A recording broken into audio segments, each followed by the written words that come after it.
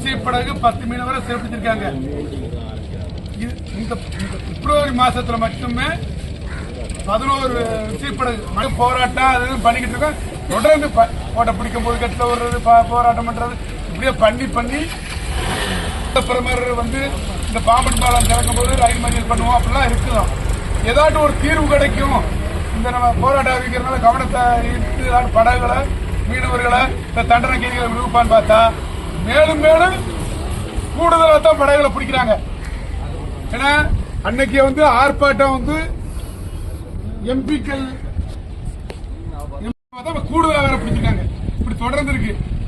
இது போக இது சம்பந்தமா இப்ப இன்னொரு போராட்டம் எப்படின்னா இல்ல தஞ்சாவூர் மாவட்டம் அத்துமீறி எப்படின்னா நம்ம குறுகிய எல்லையா இருக்கு இந்த பகுதியில். இப்ப நம்ம என்ன சொல்றாங்கன்னா நாட்டு படகுக்கு 4 கடலும் விசைப்படகுக்கு 3 கடல் இருக்குது. இலங்கை குறுகிய எல்லையா இருக்கு.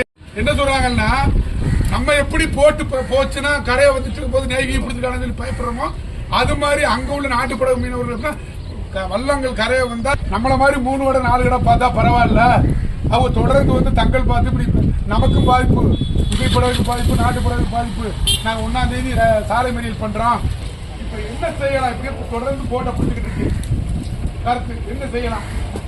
பண்ற போராட்டம் சும்மா இந்த ஒரு வாரம் தொடர்ந்து இப்படி பண்றோம். இப்ப நம்மளுக்கு இந்த 1ஆம் தேதி தான் கூப்பிட்டு இருக்காங்க. நம்மள பண்ண சொல்றாங்க. நாங்க எல்லா இடங்கள்லயுமே 1ஆம் தேதி சாலை மறியல் பண்ணுவோம் அந்தந்த ஏரியால அப்படின்னு சொல்லியிருக்காங்க.